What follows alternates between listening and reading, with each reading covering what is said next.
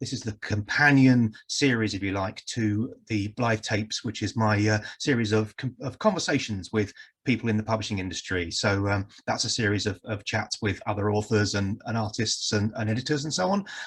This series, the Blythe Bookshelf, is going to be me talking about books new and old. I'm going to be reviewing some new books for adults and for children. I will be reading from my own books as well, and I'm going to be talking about some nostalgic things to do with books that I used to read as a child, books which started me off on the whole process of reading and writing and being an author, really.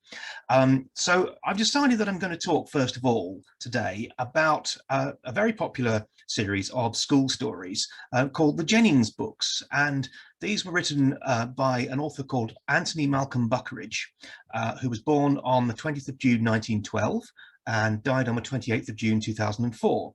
And Buckeridge was himself a teacher. He worked in schools in Kent and in Suffolk and in Northamptonshire. He thought up the Jennings books while teaching in Ramsgate in Kent.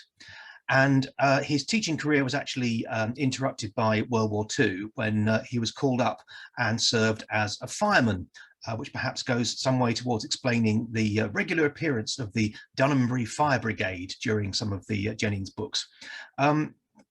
So what is the Jennings series? Well, there are 24 books in the series, and they are set in a small preparatory school called Linbury Court. The series starts with Jennings Goes to School, which is the first book published in 1950, and the books were published fairly regularly, more or less one a year, over the next 20 odd years, until Jennings at Large in 1977. Then there's a big gap. There aren't any released at all in the 1980s, and then Buckeridge did a couple more Jennings books in the 90s. Jennings again in 1991, and That's Jennings in 1994. They've been incredibly popular, not just in the UK, but in other countries as well, and have been translated into Norwegian, for example. Jennings is known as Stomper in Norway, and into French, where he is known as Bennett. It's quite unusual to have a main character's name changed for an overseas territory like that. But yeah, he's extremely popular. The character originated in radio. He actually started out in a series of radio plays, which Buckeridge wrote for the BBC Children's Hour. The first of these was called Jennings Learns the Ropes, and this was first broadcast on the 6th of October 1948. And this was followed up by Jennings and the Poisonous Spider and Jennings and the Friend of the Family. There are actually 62 of these Jennings plays in total, which I didn't know about when I was reading the books as a child. I only knew of the existence of the books. But a surprising thing, perhaps, maybe surprising to know, that most of these plays were not actually recorded for posterity. And this used to happen quite a lot in the early days of the BBC. It was seen as a performance, like a theatre performance, and so it wouldn't have been recorded at all or kept in the archives. So most of them are actually lost in the mists of time, although the scripts do still exist, and you can actually get hold of the scripts to read. But the recordings themselves, the performances themselves, are no longer out there. So after the success of the plays, Buckeridge approached publishers Collins in 1949 with the idea for the first Jennings book. Now, I first encountered these in the library in the 1970s when I was growing up. I was probably about 7 or 8 years old when I first came across a Jennings book. I used to go to the libraries in my nearest towns, which were the small town of Tenterden in Kent, and the slightly larger town of Maidstone in Kent, which had a very big children's library. And they had different selections of the books, so had a wider choice there. Most of the books that I read when I was younger. I read very much for comfort. I was quite a conservative reader, and I would tend to go back to series which I knew. So the Doctor Who books, for example, the Just William books by Richmond Crompton, the Jennings stories, and the Three Investigators, Alfred Hitchcock stories, the Willard Price adventure stories. So I'm going to talk about all of those in future videos. The editions that I first found the Jennings books in were sturdy red hardbacks with photographic covers, and I think these were 1970s reissues. They had photographic covers posed by actors, which convinced me for a while that there had to have been a colour Jennings TV series in the 1970s. But actually, the actors who pose the covers are not anything to do with either of the TV series. There were two TV series, both in black and white, in 1958 and 1966 respectively, but the actors who appear on the covers of the 70s hardbacks are not those actors. I haven't actually been able to track down who they are, but the hairstyles and so on look distinctly 1970s. So having a series of books set in a small private school, it might seem like a quite sort of niche thing, but school stories are always incredibly popular with young readers. And we have the notion now, I think, this very modern idea that children need to identify with the characters that they are reading about. They have to find people who are like them, if you like, in fiction. And that is absolutely true. And I think it's really important that there is a great sort of diversity of protagonists now in children's fiction. But it is just as important for people to read about places and people who are not like you, about experiences which are not like your own. And I didn't go to a small prep school. I went to a big, boisterous state primary school on the outskirts of Maidstone in Kent. And we had about 500 kids, I think. So the idea that Jennings's school had just 79 boys seemed slightly odd to me, but I didn't really question it. I just accepted that, oh, okay, they've got 79 boys, that's fine. And the social background never really occurred to me as a young reader of sort of 7, 8, 9. It only occurred to me much later on in life that, oh, okay, so Jennings's family must have had to have been quite well off then to send him to a private school. But there was certainly none of that sort of consciousness when I was reading them. They were just adventure stories set in a school.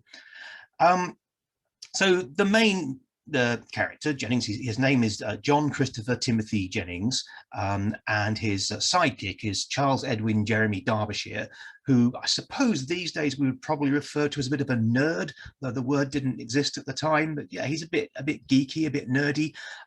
There are other supporting characters, for example, Venables, Temple, Atkinson, Bromwich Major, and the two smallest boys in the school, Binns and Blotwell.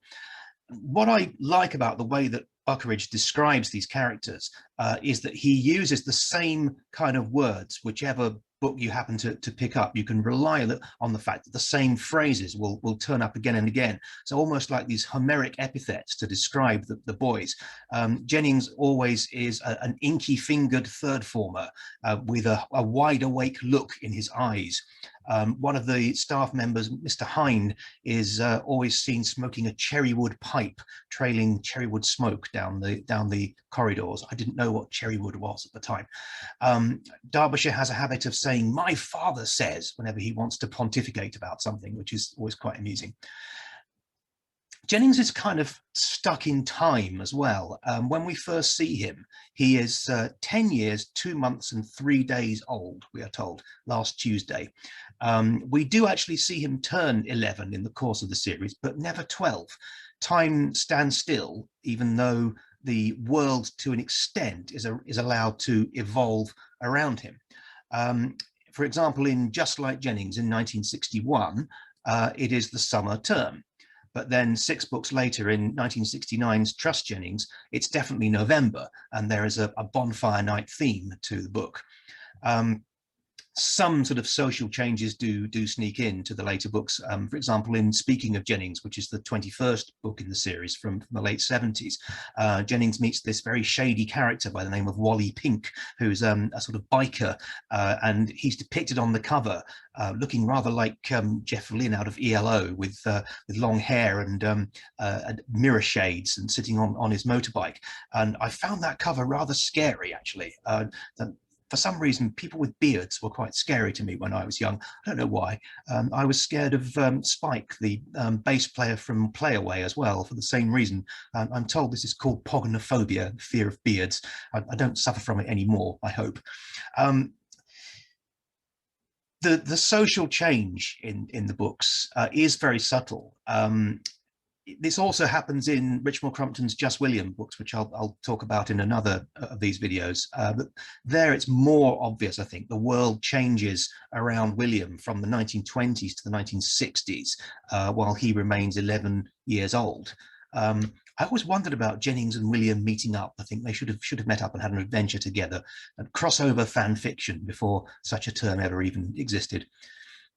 You can contrast that with, for example, some of the school stories aimed at girls, like Mallory Towers and the Shalley School, where the characters are allowed to grow up, and in one case in the Shalley School actually grows up to become the headmistress of the school later in life, after we've seen her as a pupil. But this doesn't happen in Jennings. He stays over 20 terms in Form 3, aged 11, along with his companions in Form 3. Sometimes this is written as the Arabic numeral 3, and sometimes it's written as a Roman 3, which confused me a little at the age of 7, because I think I, for some reason, thought that he'd gone into Form 111, and was quite embarrassed when I realized my mistake. But this is the strength of the series, the fact that you can just drop into it at any point, and I certainly didn't read them all in order, and there's very little reference back to previous books, meaning that the first book apart, you can read them in pretty much any order that you like. So that, I think, contributed to my sort of comfort reading, the fact that I could just go and select whichever Jennings book I happened to be in the mood for, or which was available on the shelves of the library. The books are quite funny, and the format doesn't usually change. There's a selection of subplots which make up an overall story, usually 3 or 4 different subplots per term, per book. And Jennings usually comes up with some kind of scheme, usually slightly on the edge of the school rules. He's either writing a detective story, building a hut by the river, organizing an event, raising money. And he usually gets himself into some kind of scrape or misunderstanding. Some of the funniest memories that I have of reading the books, there's one in particular where the space craze decides to descend upon the school. This is in According to Jennings, and to impersonate a moon astronaut, Jennings decides to take down a glass display dome and put it on his head like an astronaut's helmet, and of course he gets himself stuck inside the glass dome. And this scene is immortalized on various versions of the cover. The covers of the different editions of the book, including the photographic edition, which I first read the book in. There's one particular memory I've got of them trying to understand Pythagoras' theorem, the square on the hypotenuse, by converting that into the square on the hippopotamus, which is quite a helpful mnemonic, really, when you think about it, but probably couldn't get away with that nowadays. There are various staff members. The 2 most prominent are Mr. Wilkins and Mr. Carter, who are both essentially fair and good-hearted kind of schoolmasters. Mr. Carter is younger and more approachable. Mr. Wilkins is slightly older and more likely to erupt in rage at the latest scheme that Jennings has come up with. Always referred to as either L.P. Wilkins Esquire or Old Wilkie, more colloquially by the boys. And there is one book where it's revealed that his first name is actually Lancelot. In fact, he's Lancelot Phineas Wilkins, and he's somewhat implausibly managed to hide this not just from the boys, but from his colleagues as well. And he's rather embarrassed by this name, and it eventually comes out. one of the schemes that Jennings comes up with, which very much sticks in my mind, is when he decides to set up a museum, the Form 3 museum, and discovers buried in the mud on the school field an old cartwheel, which he believes to be Roman. He's ultimately quite disappointed by the fact that the BC engraved upon the cartwheel turns out to surprisingly not to refer to the fact that it was made in BC for obvious reasons, but in fact it belongs to the Dunambury Borough Council, and in fact the initials on it are DBC. So there's a lot of that quite sort of gentle humour throughout the books. This kind of format of the various subplots is eventually broken in 1977's Jennings at Large, because that's the first time that we get to see Jennings and his friends actually outside the school for most of the book, and we get to see Jennings in the school holidays. He goes to visit his Aunt Angela, who has popped up occasionally earlier on in the series, but we see for the first time that Aunt Angela is in fact a social worker and lives in a flat in London. And Jennings has a friendship with a girl called Emma, and there's also a camping trip outside the school. So it's a bit of a change in the format, which is quite refreshing. That is the first book, really, I think, in which we get to see Buckeridge's sort of leftist sympathies as well. I think he was thought to be quite a conservative writer, but in fact he had a lot of sympathies with the left. So why are these books so enjoyable? Well, they're timeless. They translate really well, I think, to the modern day. They have genuine situational comedy which arises out of the situation, with a hero who always wants to try and do the right thing, but doesn't always get it right, and for various reasons gets himself into trouble, even though he's trying to do the right thing. Boarding school stories, of course, always, they do that thing of getting the parents out of the way. It's the thing which children's books always have to do, get rid of the parents so that the kids can go off and have adventures on their own without any adult interference. When I think back about my childhood heroes in literature, I mean, the main ones are the Doctor in Doctor Who, as played by Tom Baker, and Jennings and William, who have in common, I think, the need to do the right thing, the need to be just and fair, and a sense of justice, even when that doesn't actually involve necessarily following the rules to the letter. And I wasn't that rebellious at school. I was quite a rule follower, so I think this was a vicarious way of being rebellious reading these books. The Jennings books were last reissued in the 21st century. They were reissued around 2008, 2009 in new-looking paperbacks. Some of the language, I think, has also been slightly updated. I'm not quite sure how successful that is. Certainly, the currency has been changed from pre-decimal into decimal, which is fine. I understand that.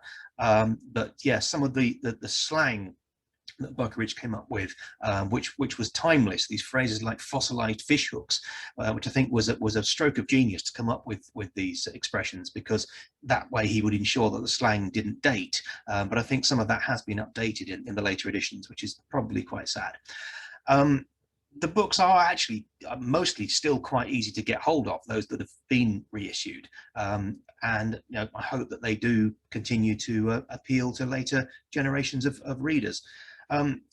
It was interesting that that they were published in the 1950s, and I encountered them 25, 30 years later, and they didn't seem to me like old books. They still felt like the kind of adventures that children would have at the time that I was growing up. And it's interesting to contrast that with, say, a comparable gap now, with reading now a book that was published in the 1990s. I think you would very much notice that it was dated. You would notice that the technology was dated. You'd notice that the social attitudes were dated. But I think that the Jennings books have weathered the decades really well. So there we go. That's my little overview, my little fan piece about the Jennings books by Anthony Buckeridge. Next time, when I next do another of these nostalgic pieces, I'll be talking about the Just William books by Richmal Crompton. Thank you very much for listening. I hope you've enjoyed it, and goodbye for now.